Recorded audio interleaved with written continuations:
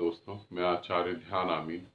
और यहाँ कुछ लोगों का प्रश्न है, एक का तो नहीं कहूँगा, कुछ लोगों का प्रश्न है।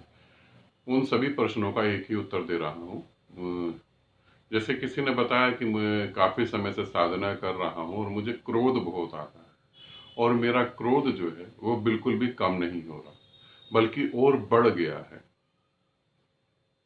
किसी ने बोला कि मेरी काम वासना जो है मुझे उससे मुक्ति नहीं मिल पा रही। मेरी उम्र जो है 70 साल है और मुझे अब भी काम वासना तंग करती है। इसी तरीके से एक व्यक्ति ने बोला है, साधक ने, कि मैं ध्यान में परमात्मा तो पाना चाहता हूं, संसार को छोड़ना नहीं चाहता। इसे हम लोभ कहते हैं। लोभ का मतलब होता है कि जो मेरे पास है वो तो जाए नहीं, जो दूसरा है वो मेरे पास आ जाए। अब यहां पर जो है मैं आपको कुछ बातें बता रहा हूं, इन बातों को आप लोग अच्छी तरीके से समझ लें, क्योंकि हमें सारी बातें बता ही नहीं जाती। गुरु कभी भी हमें वो सारी बातें नहीं बताता जिससे हमारी कंफ्यूजन क्लियर हो। वो बातें बताता है जो हम सिर्फ सुनना चाहते हैं। और हम क्या सुनना चाहते हैं? हम सुनना चाहते हैं राम कथा, कृष्ण कथा, गीता के ऊपर। ऐसे हम ग्रंथों के ऊपर चीजें सुनना चाहते हैं। बेसिकली हमारी गति कैसे हो वो हम नहीं सुनना चाहते।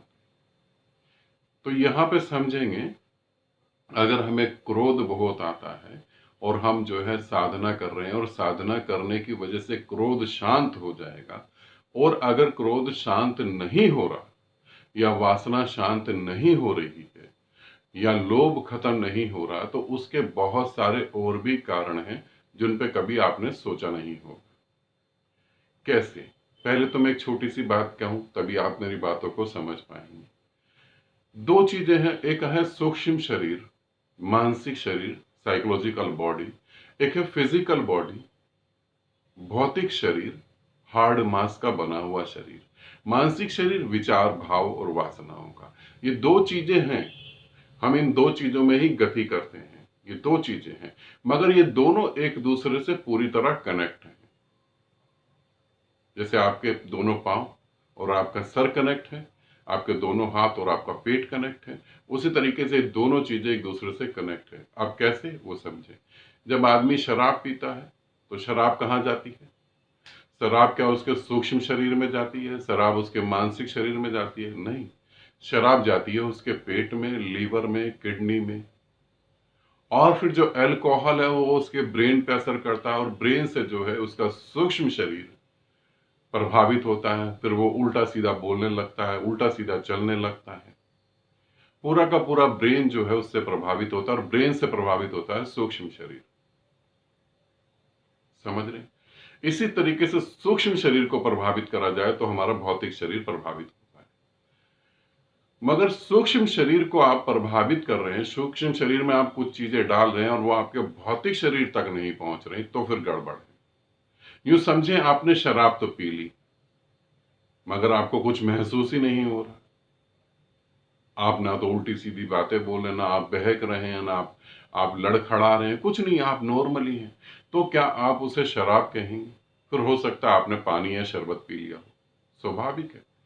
इसी तरीके से जब हम साधना करते हैं और हमारे मानसिक शरीर में गति नहीं होती, हम मन के बाहर नहीं जा रहे होते, तो आपको अपनी पूरी फिजिकल बॉडी को चेक करना चाहिए। आपकी अपनी पूरी फिजिकल बॉडी को चेकअप करवाना चाहिए। समझाने की कोशिश कर रहा हूं, इसे समझें। अगर आपका वीपी हाई है, अगर आपको हाई वीपी की प्रॉब्लम है, तो आप जो है कितना भी मेडिटेशन कर लें, आपको गुस्सा ज्यादा आएगा, एक्साइटमेंट ज्यादा होगी और बहुत ज्यादा बढ़ जाएगी। आप जितना शांत होंगे, शांत होने के बाद वो ऊर्जा और आपका हाई वीपी की जो है क्रिया, वो दोनों मिलेंगे तो क्रोध और होगा, आप और ज्यादा क्रोधित हो जाएंगे। अगर आप वासना से पीड़ित हैं, आपके अंदर काम वासना है, तो यहां भी समझें कि आपके अंदर वो हार्मोन्स ज्यादा गति कर रहे हैं, आपके वो हार्मोन्स ज्यादा एक्टिव हैं।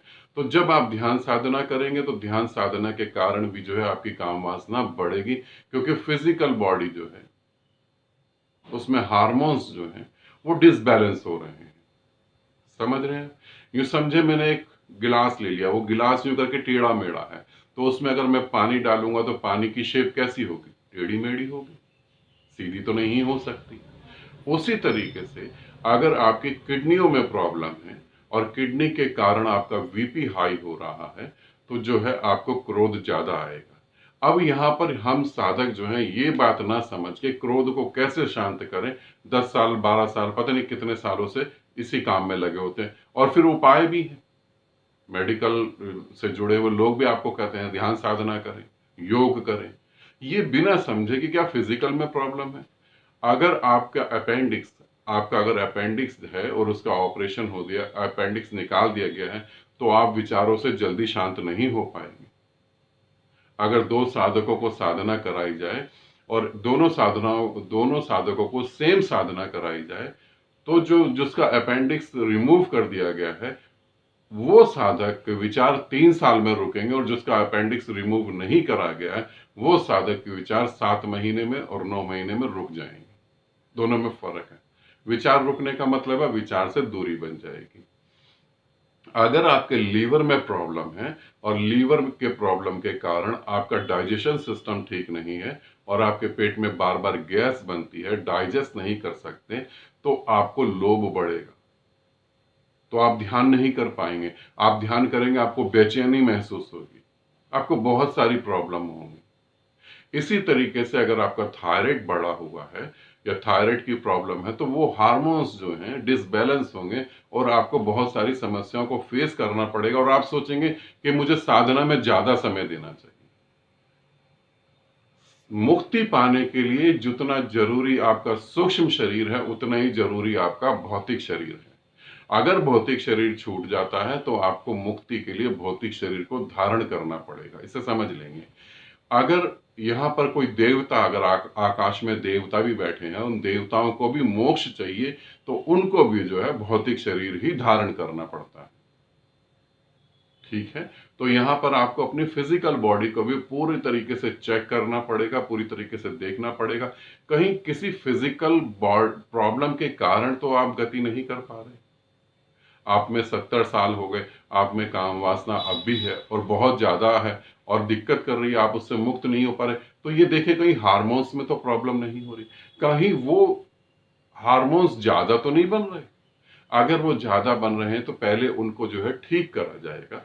अब ठीक करने के लिए मैं ये नहीं कह रहा कि आप जो है और दूसरे कैप्सूल या टैबलेट खाएं, तो आप फिर फिजिकल एक्सरसाइज कर सकते हैं, उसके द्वारा वो ठीक हो जाएगा। हर एक वासना जो है उनको ठीक करने के फिजिकल उपाय भी हैं।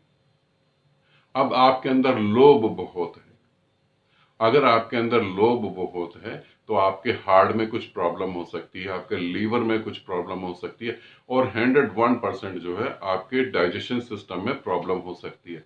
हो सकता है आपको कब्ज हो। जिन व्यक्तियों को अधिकतर कब्ज होती है उनके अंदर लोभ ज्यादा होता है, वो चीजों को रोकना पसंद करते हैं, जो उनके पास आ गए उसे वो छोड़ेंगे नहीं। और इतनी ये आदत हो जाती है, इतनी आदत बढ़ जाती है, वो जाने अनजाने ये आदत उनके मन के गहरे तले में चली जाती है, वो अपना मल भी त्यागना नहीं चाहते। सुनने में थोड़ा सा अजीब लगेगा, ऐसा कैसे हो सकता है, मगर जिनको कब्ज की प्रॉब्लम होती है हकीकत में वो अपने परिवार, अपने आसपास की चीजें बिल्कुल नहीं छोड़ना चाहते, वो त्याग नहीं कर सकते, तो वो मल का भी त्याग नहीं कर सकते। तो यहाँ पे मैंने छोटी छोटी कुछ बातें बताई हैं, इनको समझें। क्या इनके कारण तो ये नहीं कि साधना नहीं हो पा रही, अगर ये चीजें ठीक नहीं है तो आपको ठीक करनी पड़ेंगी। अब समझे, अगर आपको हाई बीपी की प्रॉब्लम है और आप डॉक्टर से कंसल्ट करते हैं और बीपी की टैबलेट खाते हैं, बीपी आपका नॉर्मल है, तो आप साधना में बड़ी जल्दी गति कर जाएंगे, बड़ी जल्दी चीजें समझ जाएंगे। अगर आपका थायराइड बढ़ा हुआ है और थायराइड बड़े होने के कारण जो है हार्मोन्स डिस्टर्ब हो रहे हैं, तो अगर आप थायराइड की टैबलेट लेंगे तो थायराइड जब नॉर्मल होगा तो आप साधना में गति कर जाएंगे। अगर अपेंडिक्स निकला हुआ है, अपेंडिक्स रिमूव हो चुका है और विचार रुक नहीं रहे, तो फिर आप कुछ अलग साधनाएं, वो साधनाएं करेंगे जो नाभि चक्र से जुड़ी हुई हैं, तो आप जल्दी शांत हो जाएंगे। अगर वासना बहुत उठ रही है और वासना जो उठ रही है वो हार्मोन्स जो है ज्यादा एक्टिव हो रहे हैं, तो आप अपनी डाइट में चेंज कर सकते हैं, फिजिकल एक्सरसाइज कर सकते हैं और साधना गति करेगी। इस तरीके से इन बातों को समझें, और जहां तक है ये बातें कभी भी कोई गुरु आपको नहीं समझाएगा। साधना में दोबारा ये बात करके अपनी बात पूरी कर रहा हूं, साधना में आपका फिजिकल बॉडी और आपका साइकोलॉजिकल बॉडी दोनों का होना जरूरी है। फिजिकल डिस्टर्ब हुई तो साइकोलॉजिकल डिस्टर्ब हो जाएगी, फिजिकल बॉडी डिस्टर्ब हुई तो आपका मानसिक शरीर जो है वो डिस्टर्ब हो जाएगा। इन दोनों में तालमेल चाहिए, इन दोनों को ठीक होना चाहिए।